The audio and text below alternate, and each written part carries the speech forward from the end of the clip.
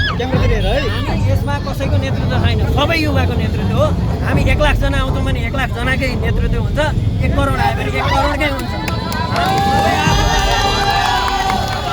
अब एउटै काम चाहिन्छ, गाउँ गाउँबाट उठ, बस्ती बस्तीबाट उठ, यो देशको मुहार फेर्नु छ। दोस्तों अभी अभी आपने जो विजुअल देखे और जो आवाज़ सुनी, जो बाइट देखी आपने, वो है नेपाल से आई हुई। नेपाल में मचा है बवाल। जी हाँ, और बवाल किस लिए मचा है? इसलिए कि नेपाल में लोग YouTube नहीं देख पा रहे हैं, नेपाल में लोग फेसबुक नहीं चला पा रहे हैं और नेपाल में लोग इंस्टा नहीं देख पा रहे हैं। जी हाँ, सोशल मीडिया पर नेपाल सरकार के द्वारा लगाए गए बैन के बाद पूरे नेपाल में यही आलम देखने को मिल रहा है। दोस्तों, क्या आप कल्पना कर सकते हो कि क्या कभी ऐसी स्थिति भारत में भी पैदा हो सकती है? नेपाल में हुए इस बवाल के बाद अब भारत में भी ये सवाल उठाया जा रहा है। क्यों उठाया जा रहा है? क्योंकि ऐसा लोगों का कहना है या लोगों को आशंका इस बात की है कि ट्रंप भारत को सबक सिखाने के लिए किसी भी हद तक जा सकते हैं और हो सकता है कि वो भारत में इन सोशल ऐप्स को बैन करने के आदेश जारी कर दें।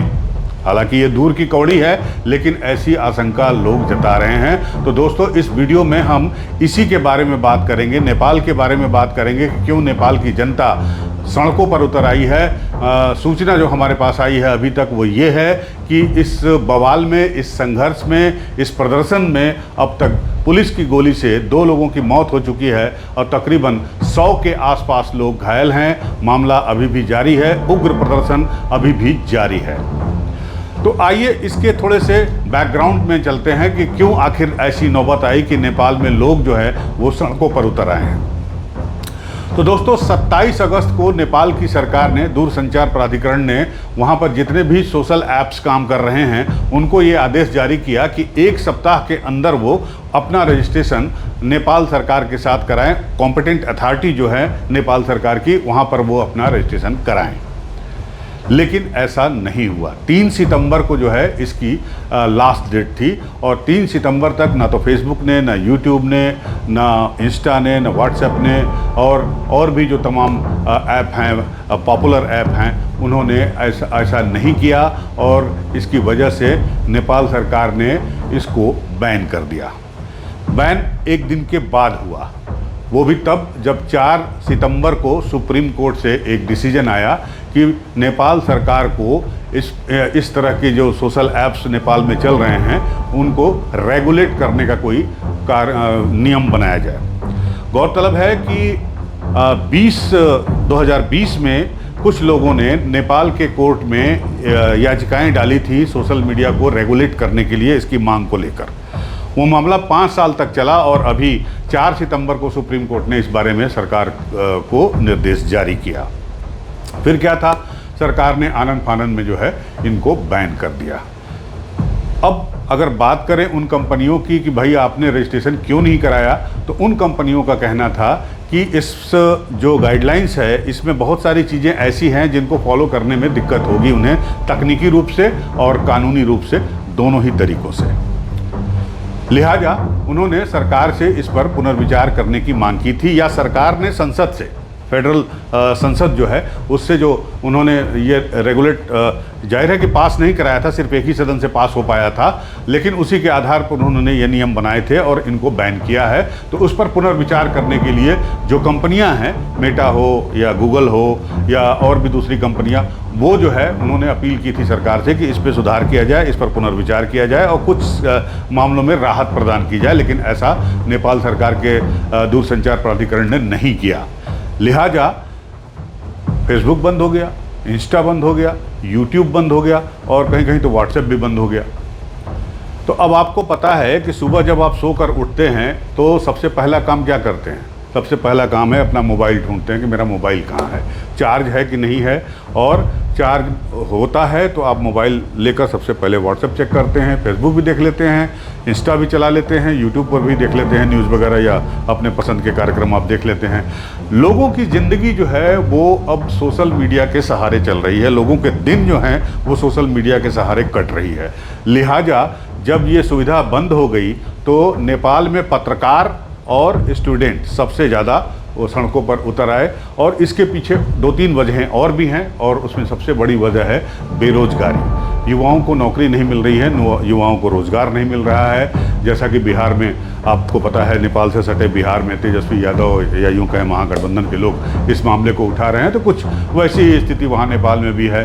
दूसरी जो है वो महंगाई है, महंगाई बढ़ती जा रही है। तीसरी वहाँ जो राजशाही सत्ता है उससे भी लोग नाराज़ हैं।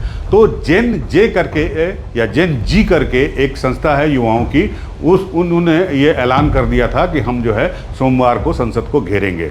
और ताज्जुब की बात यह है कि इसमें वो सफल भी हो गए हैं। नेपाल के काठमांडू के बर्नेश्वर में जहाँ पर फेडरल पार्लियामेंट है नेपाल की, वहाँ पर वो पहुँच गए, गेट पर के ऊपर चढ़ गए, अंदर पहुँच गए और प्रदर्शन अभी तक जारी है। नेपाल सरकार ने एक इमरजेंसी मीटिंग बुलाई है जो कि अब शुरू हो चुकी होगी, और उस मीटिंग में ये माना जा रहा है कि नेपाल सरकार जो इस तरह से व्यापक प्रदर्शन हो रहा है नेपाल में, नेपाल के हर शहर में प्रदर्शन हो रहा है, क्योंकि आजकल तो हर आदमी के हाथ में मोबाइल है और मोबाइल पर आप क्या देखते हैं ये आपको भी पता है, हमको भी पता है।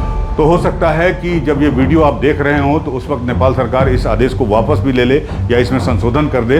ये डिपेंड करता है कि नेपाल सरकार इस उग्र प्रदर्शन से क्या सबक लेती है और इसके बाद वो क्या करती है देश में शांति और स्थिरता बनाए रखने के लिए। नेपाल सरकार का तर्क है कि नेपाल के राष्ट्रीय हित जो हैं, डाटा की जो सिक्योरिटी है और इसके अलावा नेपाल की संस्कृति की जो रक्षा है उसको करना जरूरी है, उसके हित को ध्यान में रखते हुए ही उन्होंने ये फैसला लिया है। और ये बात और किसी ने नहीं बल्कि प्रधानमंत्री पुष्पदहल कमल प्रचंड जो हैं उन्होंने ये बात कही थी। और इसके अलावा गुरुंग जो कम्युनिकेशन मिनिस्टर हैं उनका भी ये कहना था कि हमने लगातार जो है लोगों से अपील की है, कंपनियों से अपील की है कि वो जो है नेपाल की राष्ट्रीय भावनाओं का सम्मान करते हुए, नेपाल के राष्ट्रीय हित का सम्मान करते हुए वो जो है एक सेल्फ रेगुलेशन बनाए और साथ ही साथ एक शिकायतकर्ता अपीलेंट करके, जैसे आपको अगर कोई शिकायत है व्हाट्सएप से या यूट्यूब से या फेसबुक से, तो संबंधित कंपनी का एक ऐसा पर्सन वहाँ पर नियुक्त किया जाए जो आपकी शिकायतों का निवारण कर सके, लेकिन ये भी नहीं हो पाया था। तो बहुत सारे टेक्निकल और जो है लीगल लैकुना थे, पेंच थे, जिसकी वजह से ये नौबत आ गई है। तो ये तो बात हुई नेपाल की। अब नेपाल में क्या होगा, सबकी नज़रें, सबकी क्या पूरी दुनिया की नज़रें उस पर टिकी हुई हैं। लेकिन अब जो मैंने शुरू में आपसे कहा था इस वीडियो के शुरू में कि क्या अगर कभी ऐसी स्थिति भारत में आ सकती है, तो आगे हम इसी पर चर्चा करेंगे। आप बने रहिएगा हमारे इस वीडियो में अंत तक। और वीडियो अच्छा लग रहा हो, इसका कंटेंट ठीक लग रहा हो तो हमारे चैनल को लाइक और सब्सक्राइब करना बिल्कुल मत भूलिएगा। तो दोस्तों, नेपाल में हालात बद से बदतर होते जा रहे हैं। हमारे पास जो खबर आई है उसके मुताबिक इस हिंसक प्रदर्शन में अब तक 16 लोगों की मौत हो चुकी है पुलिस की गोली से। तकरीबन 100 से ज़्यादा लोग घायल हैं। प्रदर्शन रुकने का नाम नहीं ले रहा है। आपात बैठक बुलाई गई है सरकार की, और जेन जी जो इस प्रदर्शन के पीछे जिम्मेदार है उसका कहना है कि मंगलवार को इससे भी बड़ा प्रदर्शन होगा। अब शाम को कैबिनेट की बैठक बुलाई है नेपाल सरकार ने। अब सबकी नज़रें इस कैबिनेट की बैठक पर टिकी हुई हैं कि नेपाल सरकार इस बैठक में क्या फैसला लेती है। लेकिन स्थिति बहुत ही दुखद और निराशाजनक है, और सिर्फ इसलिए कि वहाँ सोशल मीडिया बैन कर दिया गया है। लेकिन सिर्फ सोशल मीडिया बैन करने से ही इतना बड़ा आंदोलन नहीं हुआ है। जाहिर सी बात है कि इसके पहले से ही जो है राजशाही के खिलाफ, भ्रष्टाचार के खिलाफ, महंगाई के खिलाफ और यूँ कहें कि नेपोटिज्म के खिलाफ लोगों का गुस्सा था। समय समय पर प्रदर्शन हुए भी, लेकिन जो एकाएक सरकार ने इस तरह से सोशल मीडिया को बैन किया, जिससे ये पूरा गुस्सा लोगों का, आक्रोश जो है भड़क उठा। अभी जो खबरें आई हैं उसके मुताबिक नेपाल के काठमांडू में कई जगहों पर राष्ट्रपति भवन के आवास के पास, उपराष्ट्रपति के पास, प्रधानमंत्री आवास के पास कर्फ्यू लगा दिया गया है। सेना की बंदोबस्त गाड़ियाँ वहाँ मौजूद हैं। इसके अलावा पोखरा से भी खबर आई है, विराटनगर से भी खबर आ रही है कि वहाँ भी जो है वो कर्फ्यू लगा दिया गया है। बहरहाल ये तो हुआ नेपाल का हाल, लेकिन बात करते हैं अब भारत के बारे में। और भारत में जिस तरह से सोशल मीडिया चलता है, सोशल मीडिया प्रचलित है, वो तो आपको पता ही है कि आप सुबह उठते हैं तो सबसे पहले मोबाइल ही ढूंढते हैं, और मोबाइल में आप क्या देखते हैं, सोशल मीडिया ही देखते हैं। तो आपने खान सर का नाम सुना होगा। खान सर हमारे बिहार पटना के हैं और बताया जाता है कि यूट्यूब पर जो वो चैनल चलाते हैं अपना एजुकेशनल चैनल, उसके 2 करोड़ से ज़्यादा सब्सक्राइबर हैं और बहुत ही पॉपुलर व्यक्ति हैं। तमाम प्लेटफॉर्म पर आप उन्हें देख सकते हैं। और खान सर का एक इंटरव्यू जो है वो सोशल मीडिया पर वायरल हो रहा था पिछले 2-3 दिनों से, और उसमें खान सर ये कह रहे थे कि ट्रंप, जिनके बारे में कुछ भी प्रेडिक्ट करना बड़ा ही मुश्किल काम है, बिल्कुल अनप्रेडिक्टेबल आदमी है, अगर ट्रंप ने गूगल पर बैन लगा दिया या गूगल और मेटा से ये कह दिया कि साहब आप भारत में अपने ऑपरेशन को या तो बंद कर दो या कुछ समय के लिए सस्पेंड कर दो, तो फिर भारत में क्या होगा, हम और आप क्या करेंगे? क्या ये सूरत हाल जो आज आप नेपाल में देख रहे हैं, क्या इस तरह के सूरत हाल हमें हमारे हिंदुस्तान में भी दिखाई देगा? बड़ा सवाल है। लेकिन खान सर ने जो सवाल उठाया उसे गैर वाजिब भी नहीं कह सकते, हाइपोथेटिकल भी नहीं कह सकते, इसलिए कि निश्चित रूप से अमेरिका के राष्ट्रपति डोनाल्ड ट्रंप जी जो हैं वो बिल्कुल अनप्रेडिक्टेबल पर्सन हैं। कभी या तो आपको एकदम गोद में उठा लेंगे या तो कभी ज़मीन पर गिरा देंगे। कुछ ऐसा उनका रवैया आजकल देखने को मिल रहा है, खासकर ऑपरेशन सिंदूर के बाद से। भारत और अमेरिका के जो रिश्ते हैं आपको पता ही है किस तरह से बन रहे हैं और बिगड़ रहे हैं। हालांकि अभी 2 दिन पहले उन्होंने कहा कि भारत के प्रधानमंत्री जो नरेंद्र मोदी हैं वो बड़े ही प्रभावशाली प्रधानमंत्री हैं, हमारा रिश्ता बड़ा मजबूत है, ऐसी बातें कही उन्होंने। लेकिन उसके पहले जिस तरह के बयान उन्होंने दिए, और उससे पहले उन्होंने ये भी कहा था कि जब एक सवाल पूछा गया था उनसे तो उन्होंने कहा कि हम अभी जो टैरिफ 50% का लागू किए हैं, इसके बाद हम दूसरा और तीसरा चरण भी ले सकते हैं, एक्शन ले सकते हैं, कुछ इस तरह की बात उन्होंने कही थी।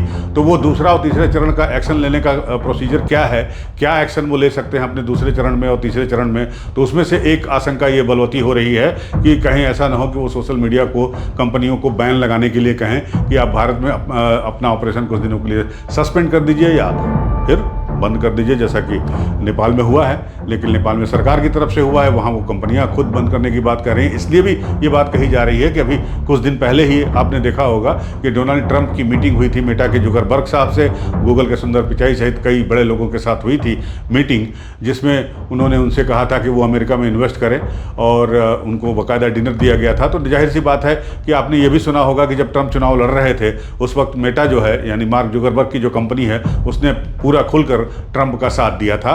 तो ये आशंका गलत भी नहीं लगती कि अगर ट्रंप का दिमाग जो है घूम गया एक तरह से, तो वो ये बात भी कह सकते हैं मेटा को और गूगल को कि आप ऑपरेशन सस्पेंड कर दीजिए या उसे होल्ड कर दीजिए या उसे बंद कर दीजिए। तो तब अगर ऐसा हुआ तो होगा क्या? निश्चित रूप से सबसे बड़ा असर जो होगा तो वो होगा ही। आप तो, हम और आप बिना सोशल मीडिया कोई रह नहीं सकता, आप आज के ज़माने में आपको पता है। साथ ही साथ ये होगा कि हमारा जो यूपीआई सिस्टम है वो ठप हो जाएगा। जी हाँ, हमारा पूरा यूपीआई सिस्टम जो आज सब्जी वाले, पान वाले, फेरी वाले, ठेला वाले, मॉल, दुकान, हर जगह जो आप यूज़ करते हैं, आपको चिल्लर की प्रॉब्लम नहीं होती है, आपको जेब में नोट रख के नहीं निकलना होता है, आपके पास मोबाइल होना चाहिए, आपका सारा काम बाज़ार में होता जाएगा। तो इस पर जो है वो खतरा मंडराने की आशंका है, ऐसा लोग कह रहे हैं, ऐसी लोग आशंका जता रहे हैं। हालांकि ये एक हाइपोथेटिकल सवाल है या हाइपोथेटिकल आशंका है, ऐसा होना नहीं चाहिए, लेकिन फिर भी लोग ये सवाल उठा रहे हैं। तो क्या होगा अभी नेपाल में, क्या होगा नेपाल पे, परिस्थितियाँ किस करवट बदलती हैं, साथ ही साथ उसका असर भारत में क्या होता है। जो खबर आई है उसके मुताबिक भारत नेपाल सीमा पर चौकसी बढ़ा दी गई है, लेकिन अगर ट्रंप ने कोई ऐसा कदम उठाया तब भारत में क्या होगा, ये एक सवाल बना हुआ है।